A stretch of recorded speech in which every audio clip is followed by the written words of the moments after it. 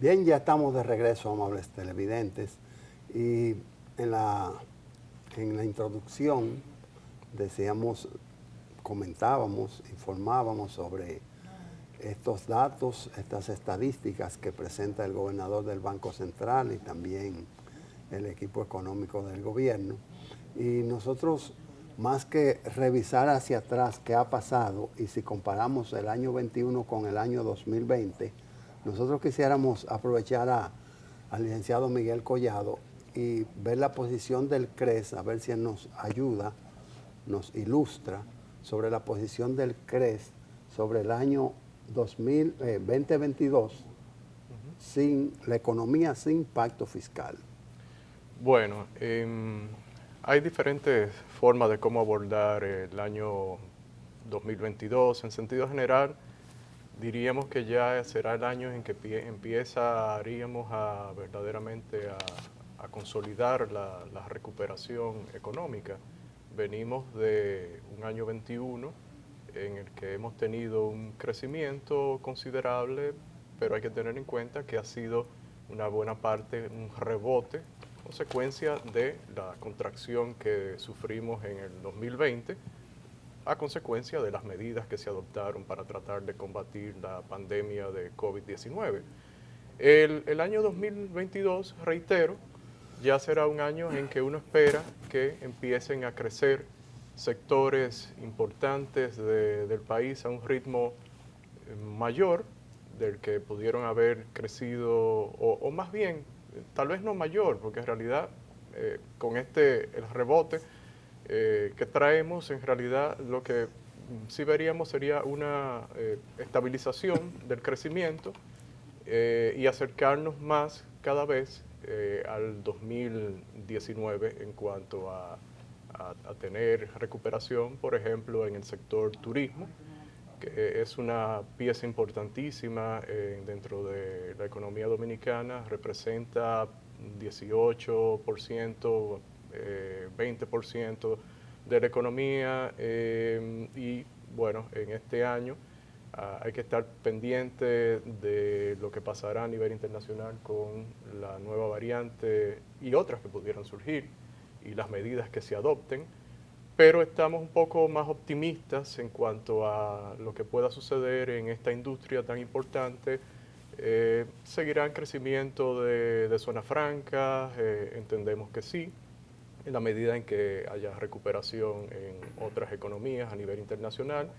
Y algo importante que quiero resaltar para nosotros es relevante que ya la Reserva Federal esté anunciando la normalización de su política económica, algo importantísimo y que ya reconozca que la inflación no es transitoria, que la inflación es algo que va más allá de lo momentáneo y que en consecuencia ya haga anuncios de subir la política o mejor dicho, la tasa de política monetaria y que en consecuencia aquí, a lo interno, también estemos normalizando la política monetaria que ha sido bastante laxa en este tiempo.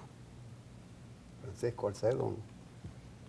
Y primero darle la bienvenida una vez más a Miguel, porque su experiencia ilustra mucho al panel y a los amigos televidentes, y hay que explotar eso. Miguel, se están viendo informaciones múltiples de los litorales oficiales, tanto del Banco Central como el Ministerio de Economía, Planificación y Desarrollo, y otros funcionarios como el director de presupuesto, pero no siempre son coincidentes. ¿Cuál es tu valoración en ese sentido? Sí, buena pregunta, don Francisco. El equipo económico del gobierno ha dado diferentes señales y vamos a decir que en ocasiones el mismo ejecutivo el presidente del ejecutivo ha tenido que alinear esas señales. Por un lado, la necesidad de una reforma tributaria, por otro lado, el control del gasto, y yo entiendo que para beneficio de los agentes económicos, la señal para este 2022 debe ser un poco más clara en ese sentido con relación, por ejemplo, a la ejecución del gasto, en el nuevo presupuesto para el 2022, si se va a hacer un ajuste como consecuencia de que no hay anunciada ahora mismo una reforma impositiva. Y en la parte propia de los ingresos, yo entiendo que debe afinarse el lápiz bien en ese sentido para poder cubrir las necesidades financieras de la administración estatal, la administración pública en este 2022, porque estamos partiendo de un año 2021 en el que fuimos favorecidos por algunos ingresos que podríamos decir extraordinarios, que no se van a repetir en el año 2022. Entonces yo creo que por ahí es importante que el equipo económico esté mandando las señales más claras en la parte de los ingresos y cuáles son los planes, y en la parte del gasto, que no vaya a desbordarse dada la necesidad que tenemos de ir consolidando las finanzas públicas y reduciendo el endeudamiento, y reduciendo o más bien limitando el ritmo en que crece el gasto en intereses como porcentaje de los ingresos tributarios, porque estamos siendo observados por las calificadoras crediticias, y eso es un factor importante para un gobierno que depende de financiamiento externo. Sí. Miguel, nosotros primero queremos felicitarte de nuevo y darte las gracias por tu participación en este programa de Balance Financiero, donde muchas personas ven el programa y esperan recibir buenas orientaciones. Nosotros queremos preguntarte en el sentido de que tú mencionaste la reducción del gasto, que es importante. Nosotros pensamos también, igual que tú, que esa es un área donde el gobierno tiene una tarea pendiente, y tú como economista y como experto en estadística, me gustaría saber en qué medida tú piensas que podría reducirse el gasto que tiene proyectado el gobierno para el 2022, tomando en cuenta, como dice Francisco, que esa reforma tributaria esperada ha sido pospuesta un poquito, pero que aún la seguimos esperando para los ingresos necesarios. ¿De qué porcentaje, en qué medida tú piensas que el gobierno, siendo realista, puede ajustar sus partidas de gasto para hacer frente a un año donde tendremos muy probablemente ingresos disminuidos? El gobierno tiene 2 años gastando 31% más de lo que se gastó en el año 2019. Uno podría justificar, claro está, por gastos extras, por necesidades de mantener a empleados en sus posiciones, cuando se crearon los programas fase 1, fase 2, todo el gasto que se ha producido en salud pública, pero uno entiende que es momento de ir adecuando ese gasto. Miren, este año el presupuesto contempla ya revisado unos 976,000 millones de pesos en gasto. Sin embargo, déjame decirte algo, para el año próximo en el presupuesto hay contemplados unos 34,000 millones en cuentas por pagar de atrasos. ¿Qué quiere decir eso? Que eso correspondería a registros que debieran hacerse en este año 2021 que está finalizando. Lo que quiero decir con esto es que si sumamos a los 976, los 34,000, estaríamos ya aproximándonos al monto que está presupuestado para el 2022, que son 1,046,000 millones. Exacto. Más o menos. Ya eso indica que ya llegamos ahí. Yo creo que es momento de que yo le dejaría la tarea a las autoridades, pero es importante, como decía hace un momentito, mandar la señal de que internacionalmente se ha esperado la reforma tributaria, algo que no debía haberse hecho atropelladamente, sino ordenadamente, que es como la necesitamos.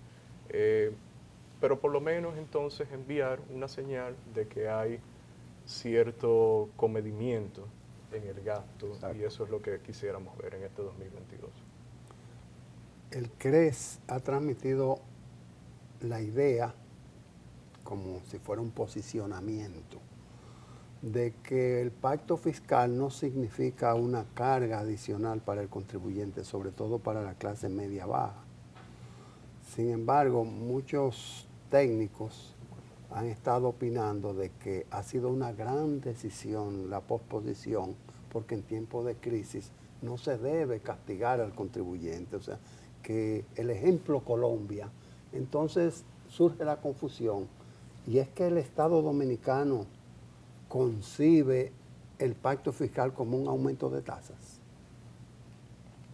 Bueno, ustedes han tratado mucho ese tema. Don Francisco, he tenido el privilegio de... Francisco puede hablar de eso, sí. Sí, de compartir con él. Yo solamente voy a decir que es lamentablemente la percepción que se ha tenido generalizada de que solamente cuando se habla de reformar el sistema tributario es para aumentar las tasas. Sí. La credibilidad es un asunto esencial y el CRES ha mantenido de manera frontal una actitud en lo que es la reforma integral al Código Tributario de reducción de tasas y ampliación de la base, que no concuerda con lo que planteas tú desde el punto de vista oficial. Hay una confusión ciertamente al considerar que tasa es sinónimo de impuesto. Y hemos dicho hasta la saciedad que impuesto es un producto que resulta de multiplicar una tasa por la base. Y que si yo muevo hacia abajo la tasa y aumento la base, disminuyo la carga individual para cada contribuyente y aumento la posibilidad de la actividad económica de una manera tal que permita no ser ahogado el emprendedor por los impuestos desde antes de comenzar. Y esto trae como consecuencia que el colectivo social aporta más al fisco, no porque se aumenten las tasas, sino porque se aumenta la actividad económica, se aumenta el bienestar de la población y se aumenta lo cotizante ante la Dirección General de Impuestos Internos. Se han planteado muchas teorías, se ha hablado de la progresividad del sistema.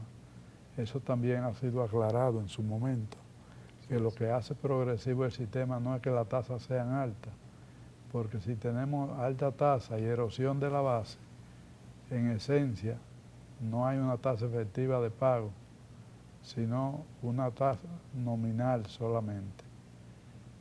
Quiere decir que esto deja claro, pienso, tu planteamiento a Miguel y que él ha tenido a bien compartir con nosotros.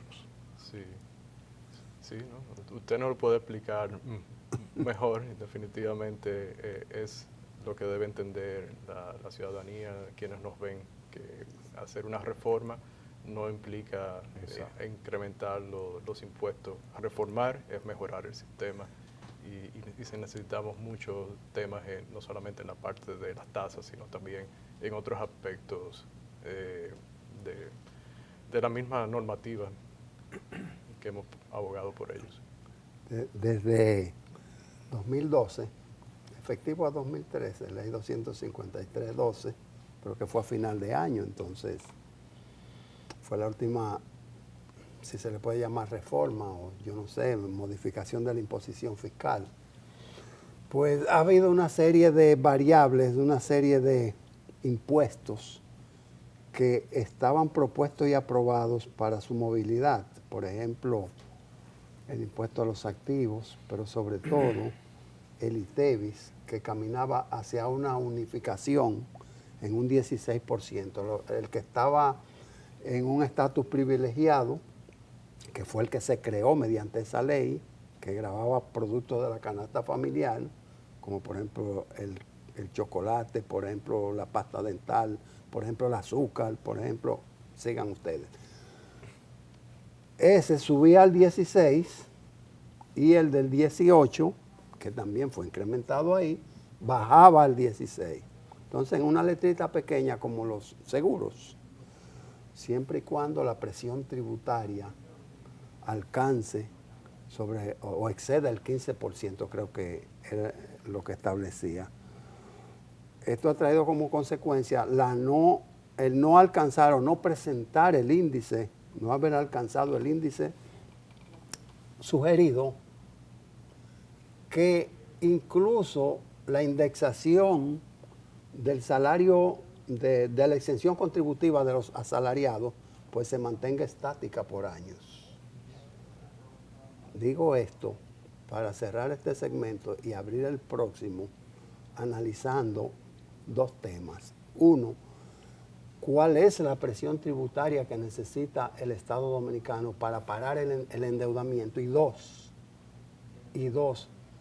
¿podemos cuantificar en cuanto a desarrollo y productividad el endeudamiento del país y cuál sería el tope, cuál sería el índice adecuado de endeudamiento para el Producto Interno Bruto de República Dominicana? Luego de esta pausa nosotros discutimos estos temas.